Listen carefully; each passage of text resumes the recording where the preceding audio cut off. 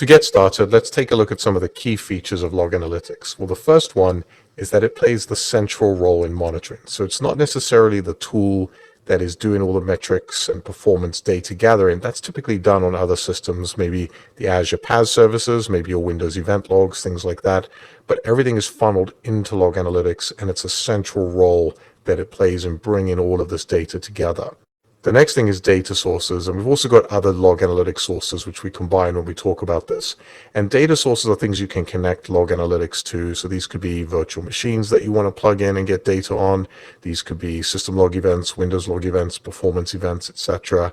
And then you've also got other log analytics sources, so things like Security Center and App Insights, which use their own sort of log analytics under the covers as well.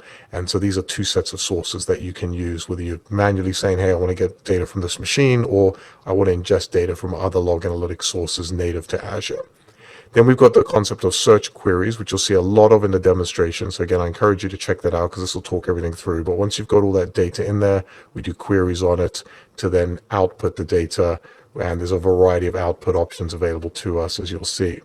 In fact, if we look at the log search use cases, and if we look on the left-hand side, first of all, we've got things like Azure Monitor, Virtual Machines, Operations Manager, that's SCOM. If you're using that on premises, that System Center Operations Manager is what that stands for.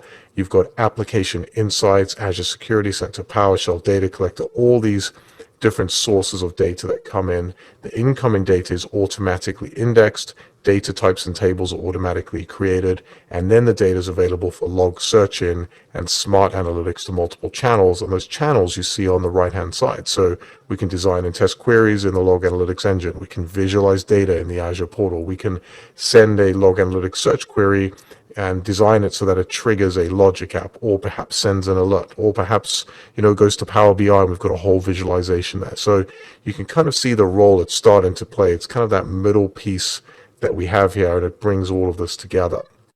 If we look then at the architecture, on the left-hand side, to kind of expand upon that, we have our data sources. We also have the concept of solutions. So solutions are third-party solutions that you can plug into log analytics. In fact, it's kind of a marketplace for them, where you can go in and say, add things like Network Watcher and other services that are out there. And then all that data comes in, it creates these records, and then you perform your log searches against these records and then say, okay, I want to alert on that. I want a dashboard for that log search. I want Power BI, etc. In fact, if we go a little bit further and we look at things like, the data sources and break them out, you've got logs and performance there, plus those third-party solutions, and you can see that data comes in and creates those records, but they're in a series of tables. In fact, if you look at it again, another layer deeper, and we say, look, Windows event log comes in, it goes into the event log table. Syslog goes into Syslog. Agents might go into Heartbeat if it's something where we're just checking if something's online or not, like up-down type alerting. Custom logs, alert rules. You can see they've got all these tables there. And what you will notice, and this will be expanded upon when you go through the demonstration, but you've got this concept in the query. You see where it says event and then union syslog. So you can query across multiple tables. And again, that'll become more important a little bit later on, but worth noting for right now. If we look at those data sources, this is a summary of the ones that are available to you. So you've got the concept of custom logs, first of all. Those are text files on Windows or Linux agents containing log information, and they go in the event type log name _CL. We've got Windows event logs, which are event type event, Windows performance counters, which are under perf, Linux performance counters, also under perf, IIS logs, which are W3C, IIS log, and syslog, which are under syslog, which are syslog events on Windows or Linux computers. The last thing we'll leave you with in this lecture are some search query fundamentals, which I encourage you to write down or just make sure you've committed these to memory, as they will help you tremendously when you're getting started with log analytics. To begin with, start with the source table that you're focused on. So if you're focused on event logs, let's start with the event table. Then follow on with a series of operators. So perhaps I'm doing a query where I want events on a specific computer. That would be my first operator to set the condition to be that computer. Then perhaps I want a specific event ID on that computer. I use pipe to separate out additional operations. So now I'm starting to narrow down my search in particular for that event table. But now if I want to join other tables and workspaces, I just need to use that union command that I showed you in the example earlier, and then I can search across multiple tables. So perhaps I'm looking at errors in IIS on systems that are showing a high CPU performance metric. So the performance metric will come from the perf table. The application insights table will provide perhaps my transaction times for my users that are accessing my website. But I can combine these using union, so I can get a query that says, okay, when the transactions hit a certain threshold and the CPU is this high, I've got a correlation here that I can work with. And with that, this concludes this lecture series, and hopefully this gives you the fundamentals you need. There's definitely questions starting to appear for log analytics on the exam, so definitely make sure you know how to query around, especially as you hit the upcoming demonstration. In this demonstration, it's now time for us to get our hands on log analytics, and we'll go through a number of steps in this process. First of all, we're going to take a look at analyzing data using search queries. Then we'll look at visualizing data using the various dashboards, and finally look at how you can potentially create alerts based on some of those queries. So to get started, let's head over to the Azure portal. Okay, in the Azure portal, the first thing we need to do is go ahead and create our new log analytics workspace. So let's click Create a Resource. In the search box, type Log Analytics, select it, and go ahead and select Create. This now gives us the blade for creating our new workspace. So go ahead and give it a name.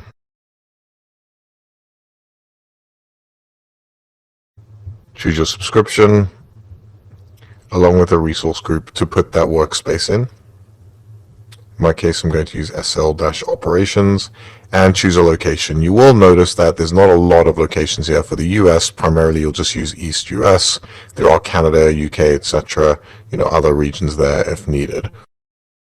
Go ahead and choose your pricing tier, and just note, you've got three options. You've got the free tier, the per node OMS licensing, and per gigabyte standalone. The free tier will be enough for any demos you try to do yourself here, as this allows up to 500 gig free to get started with OMS. So select the free tier and click OK, and click OK again, and that will now begin provisioning our workspace. And this is basically where all of our data is going to go into from all the different data sources that we connect in. It's also where we're going to create our dashboards and queries and everything else there as well. So we'll fast forward as this completes. It usually takes about 3 to 4 minutes for it to completely provision the workspace. All right, and we can see that our deployment succeeded. We can go ahead and select that, and this should take us directly to our log analytics page, and then we can go ahead and select our workspace, which you'll see in the bottom. Okay, and now we're in our log analytics workspace, and a couple of things to note. So first of all, in the middle of the screen, you've got this management section. So we've got overview, which we'll see later on, kind of gives you an overview dashboard, log search, which is going to be where we primarily spend a lot of our time, the OMS portal, and the view designer as well for designing various views. But before we can actually make any use of this, we do need to configure some data sources. So on the left-hand side, let's scroll down all the way down to data sources. And you can see there that we have virtual machines, storage account logs, Azure activity log, etc. Let's start by just configuring a couple of virtual machines to be data sources for this workspace. So we select virtual machines. You'll see we have a couple of virtual machines there. And you'll notice that I've got Linux VM01, Windows VM01. They are not connected to any workspace.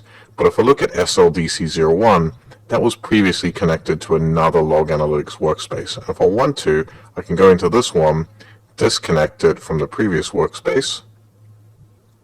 That'll take a moment, and when that's complete, I can then connect it to this workspace, so the logs start to come into this log analytics workspace. Now do note, it is possible that we can query across workspaces if we want to, but this is the primary workspace the data is going to be a source for. If we go back to the virtual machines though, and go ahead and select Linux VM01, I simply go in here, you can see this one isn't connected at all. Go ahead and click connect, and that will begin installing the agent on that machine and connecting it to this workspace. At the same time, let's go over to the Windows virtual machine, select this one, and connect it in as well, and that will begin installing the agent on that machine.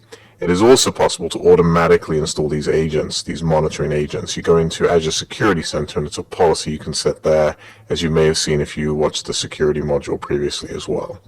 So while that's going on, let's go back over to our Skylines workspace.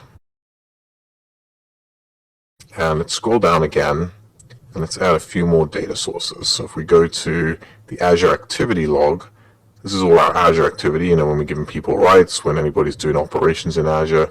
Same thing, I can select my subscription and decide, okay, all the activity logs for Skyline's primary subscription, I want to connect to this data source as well. You can see that happens pretty much instantaneously.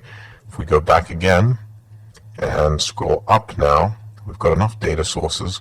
We do need to decide what we actually want to capture. So if we go to advanced settings and then go into data, you can see that we have Windows event logs. So for example, these pretty much correspond to the Windows event logs in Windows. So if I type in system, click that, and we can go ahead and add that. By the same token, if I wanted the application logs from Windows, I could type application, add those in, and let's add some Windows performance counters as well. So let's go in there, and it's got the defaults already available for you there. All you have to do is just choose which ones you want, or just select this box, and that will add all of them. So that means all the performance data for reads, writes, CPU processor time, all of that will now be sent to Log Analytics. Okay, and lastly, let's go ahead and save that. And that's confirmed as saved. And then we'll fast forward here while we just wait for those agents to install, and then we can go through some of the queries. Alright, so a couple of those Windows machines now have their agents installed and are connected to the workspace. So I'm going to go ahead and show you a couple of log searches that you can use. So go ahead and select log search. And first thing to note is you do have an option. You can do your log searches straight away in this section of the portal, or you can click analytics, which I'll go ahead and select. This opens up a new portal for you and allows you to do multi-line queries, more advanced. There's a lot more you can do in this section. It gives you a lot more details on functions, all the different, categories that you can choose from, all the different fields and tables basically that are in the Log Analytics workspace. But to begin, I'm just going to go back to log search itself and just start off with some basic queries. It is important to slowly build up on the query language. You don't need to know too much for the course, but if you do want to get a little bit more advanced with it, on the right hand side are all these getting started links. So there's a query cheat sheet, there's a getting started with query section, there's a whole website. Actually, if we select this, and it takes you to docs.loganalytics.io, and this is a whole learning section, so you can click learn, getting started, a whole bunch of queries here. There's a whole bunch of examples that you can use. There's a whole bunch of videos as well. So plenty of material out there to get started. Microsoft obviously wants people to use this tool, and so they put a lot of effort into kind of getting people ramped up on it. But let's go back to log search, and let's start to look at the beginning of this. Let's just start by saying, okay, I want to look at all collected data. So it's going to put in a query called search and then a star at the end, and this literally just pulls in all our results. So you can see there's 2,000 results. This is data that started to come in from the various systems we have. In fact, you can see the very first one on the right, Windows VM 01. This is coming from the object, the network adapter, and it's the bytes received per second. Now on the left, you'll notice that you've got the type. So we chose to ingest performance logs, event logs, Azure activity, and heartbeat comes as part of the Windows logs that we brought in. So the real key thing here is if you want to just look at the performance logs, you can click perf and go ahead and scroll down and click apply. And that's now going to just filter that out into just those performance logs. And you can also choose to look at it in a table as opposed to the list view if you want to get an easier look at things. Now the other thing you can do in the query box, instead of typing in search star where type equals perf, if you know the table that you're looking for, so in my case I might just be looking for everything to do with perf, I can just type in perf and go ahead and select run, and there's my results for that. If I just want all the detail on heartbeat, I can type in heartbeat, go ahead and select run, and that's now just going to bring up all those heartbeat pieces of information that we have. In fact, let's select one of these. Let's go ahead and select the first one. And a heartbeat is just when the agent checks in. So if we scroll down, this is a timestamp, so 10:15 based on the time zone this is in.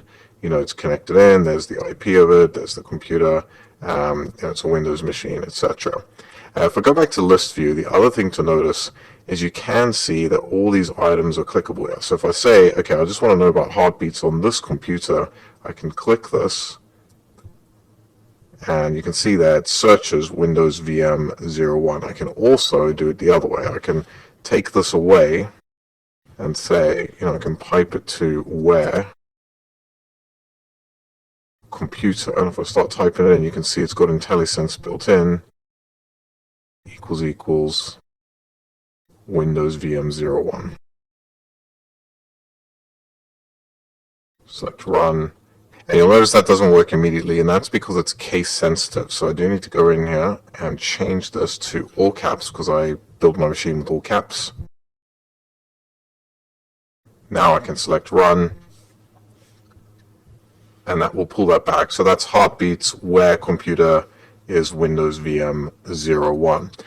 Okay, so let's build on this a little bit more. So perhaps I want to just look at where the time generated was within the last day. So I can go ahead and pipe this query to another one and say, okay, the results of that where, I can put time generated. I can say greater than ago is the term we use in log analytics. And I can do like 1 day, I could do 1 week, 1 month, 1 year, etc. But I'm going to choose 1 day and select run. And you can see I still get my 11 results. If we try 1M, we get nothing. If we try 1 hour, we can see we still get 11 results because all of those heartbeats came within the last hour. Let's take a look at another one then as well. So let's switch off heartbeat and go for something around event. So I can say event and hit run on that. And we can see lots and lots of events. In fact, if I expand one of these out, I can see my event log, event level. And let's see if we've got an event ID. So there we go. So this is the time service in Windows. It's event ID. Now, if I wanted to, I could also just say the same thing up here. I can say, okay, where event ID equals, and then just give it my Windows event ID number that I'm looking for. So if I say like 7036 as an example, I'm going to get all those events. So for both of my Windows machines, because they're both connected, and this is just one of the Windows events you can get, and you can scroll in and look at that more if you want to. And this is basically saying the connected devices platform service entered the running state. It's just a standard information on an event log. If we want to also, we can get a little bit more creative and start to render things like time charts. Maybe I don't want to, keep looking at things in tables like this. So I can delete this, and let's do a chart of CPU utilization of all VMs in the past day. So we're going to type in perf. Going to do where time generated greater than go 1D. And now I'm going to choose my counter for performance. I'm going to say where counter name equals, and this one is at % processor time. And I can immediately query there. We're going to do a little bit more with it, but let's just go ahead and run when we're at this point. Okay, so we definitely still get in our results for processor time. Now I can go a little further and say, okay, I want to summarize average counter value by computer.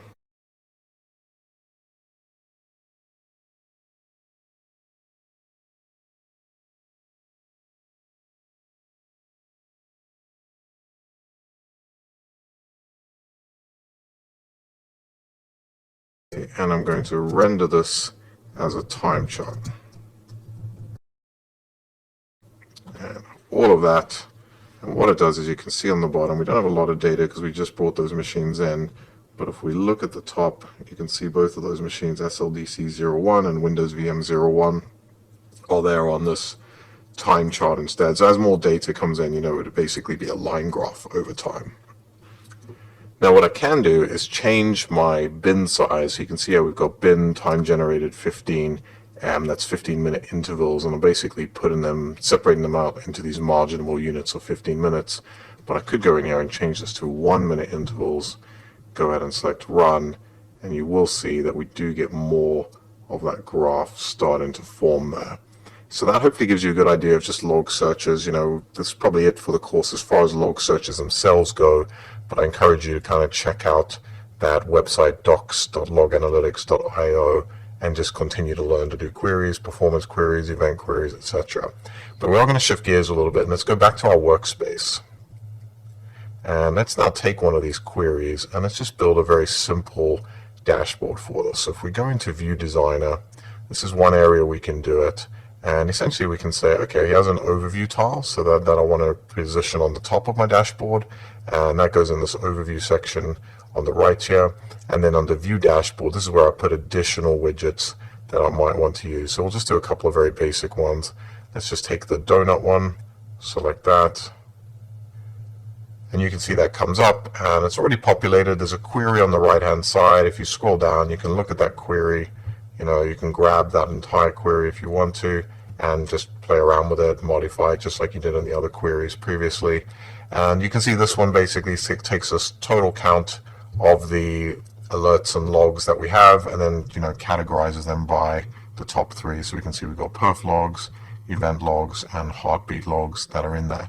The next thing we would do then is go into our View Dashboard, and now we can add additional things. We can add additional queries. So if somebody clicks that donut tile, they can go in here and see these additional queries. We can add additional things on top. I'll just close this one down. 2 numbers and a list.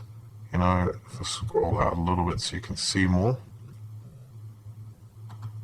You can see there, so computer sending data, Windows VM, SLDC01, you can see that. Stacks of line charts, a lot of these are in preview as well, but you can see them. So you've got here some examples, data types over time, data from computers over time. If we select these, we can certainly edit the query as well. If I scroll all the way to the right hand side and then scroll down, you'll see it's all made up of queries. So this very first line chart is this query, the second line chart is this query over here.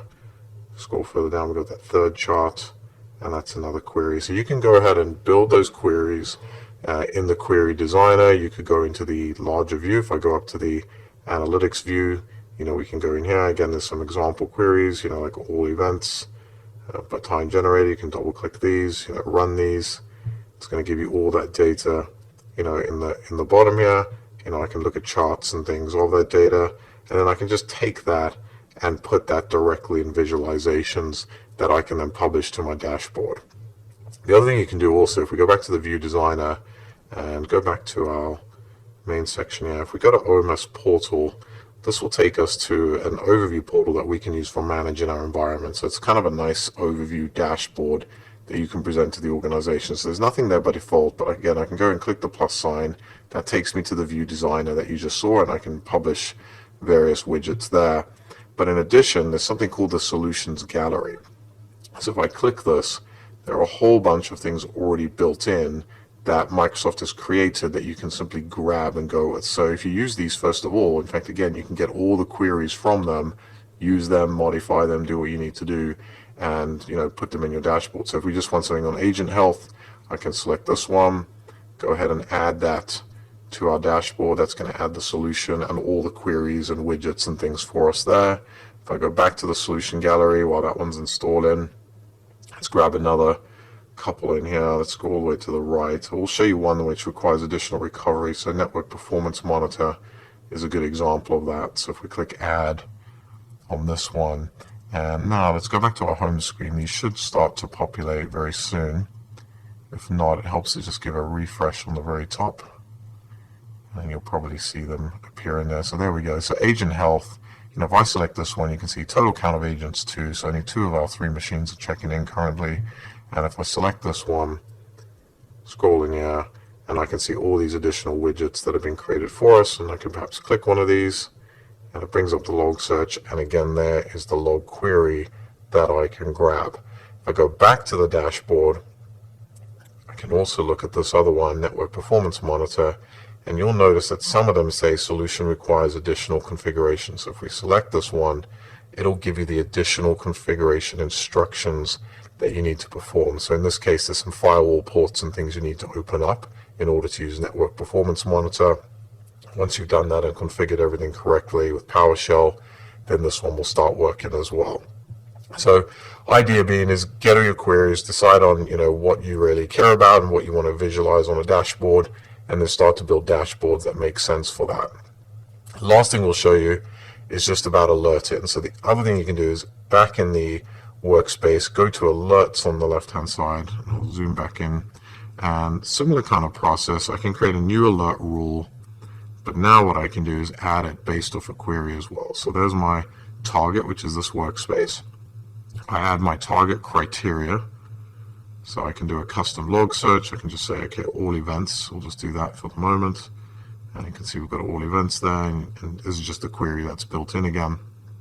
I can choose the condition for when I, decide to fire off the alert. So I can say, okay, greater than 1. So obviously this will definitely fire off. And the period in minutes and the frequency. So this is how often it's going to check. And then go ahead and click done. Scroll down to define alert details. And this is the alert rule name you give it. So I can just say, all events. This is a demo. Choose the severity. So I can say, okay, this is critical, warning, or informational. So we'll say this is warning. And then I define something called my action group. So if I expand this out and I create a new action group, this is the group I want to target with the alert. So this could be, IT support. And I can say, okay, this is all my subscription, my resource group. Here's my unique actions. So I can say email team. And I can say my action type might be to send an email. The other things to look at those, you've got a option for a webhook. You can do ITSM connections, so to things like ServiceNow. And then I've also got automation runbook. So perhaps I don't just want to notify someone, perhaps I want to take some action in response to this event. I would use an automation runbook. If I want to talk to a web service endpoint, I can use a webhook. If I want to just create a change ticket or something to say, hey, this happened, I can create an incident ticket in many cases, not just a change ticket. I could do that and then create my change ticket if the automation runbook executes. And then, or I could just email, right? So I can select the email, choose the details, the email teams. In my case, I'll just my group completed. Once that's created, we should be able to move a little further. It takes about 10 or 15 seconds here. There we go. Choose my email subject, and I can just put a alert from Azure. Again, I can customize these. And one thing I do need to still do, I'll create an action group, but I still need to select it. So we'll hit select action group, select IT support. The good thing is once you've created those action groups, you don't necessarily have to go back in and define them every time. You'll just create the new alerts and then choose the people or the events you want to take place when the alert fires off. So I go ahead and click create alert rule, and that will now create that alert rule. So whenever those events trigger, in this case this query is just grabbing all these events, and when it's greater than 1, it's going to fire an alert off to me. That will send off. The other thing you'll notice, if we go over to Outlook now and just look at my email, you'll notice that I got an email that said, that was easy. You're now in the Azure Monitor Action Group ITS. So your users will get notified when you put them into one of those action groups. They'll get this email that lets them know they're part of that group. And, they'll get notified, in those events that you've correlated to that action group. And with that, this concludes this demonstration, and hopefully this gives you a good overview of log analytics. I'm sure you'll definitely be using it over and over again as you get more and more familiar with Azure. One of the things I want to quickly give everyone an update on is just log analytics. We just did a demonstration where we went through and showed you how to do queries, and then we went into the OMS portal. Well, Microsoft has essentially now retired, as of early January, the OMS portal. So I just want to show you where everything's kind of moved around to a little bit. So in the portal on the left-hand side, if you go down to monitor, they've essentially sort of baked everything from OMS all into this Azure portal, if you will, as opposed to having to go to a separate portal for it. And so when you go in, you can see monitor, visualize metrics, query, analyze logs. If we go into search logs, this is where we can essentially do all those queries. The concept of your log analytics workspace is still here. So I'll just do like test workspace, AZ demo. See if that's available. Yep, we'll give it a new resource group, AZ demo log analytics, and I'll put this one in East US. And you'll see there's also been some changes to the pricing tiers now. Essentially, they've updated the pricing model, and it's just a per gig model that we have now, as things have kind of changed a little bit. But if I click OK, this will create our new workspace. But if you had an existing workspace, It's the same, nothing you need to do. There's a lot of customers going through migrations right now and are wondering, okay, what do I need to do when I move from the OMS portal? Well, typically not much at all. Again, the workspace is there, but if you did have things in the OMS portal, they will appear in this new space that I'll show you in just a second. The only things you might have to migrate are things like permissions. And if you did anything around update management, one of the add-ons for OMS for patch management, then that has to be, you basically go through some updates, to make sure that that's all working successfully. So I'll fast forward here while this completes. Okay, and then once that's completed, you can go ahead and click logs here. This will take us into the section where we can do all of our queries, and you can see we've got the test workspace AZ demo here. You will find it easier to build queries now as you go through, but everything covered in the previous demonstration is completely valid still.